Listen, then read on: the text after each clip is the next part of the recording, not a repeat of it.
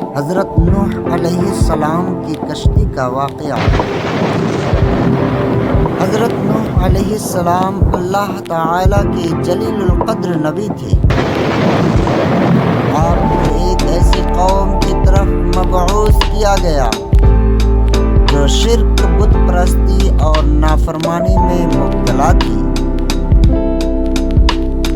حضرت نوح نے 950 سال تک اپنی قوم کو توحید کی دعوت دی، مگر چند لوگوں کے سوا کسی نے ایمان قبول نہ کیا۔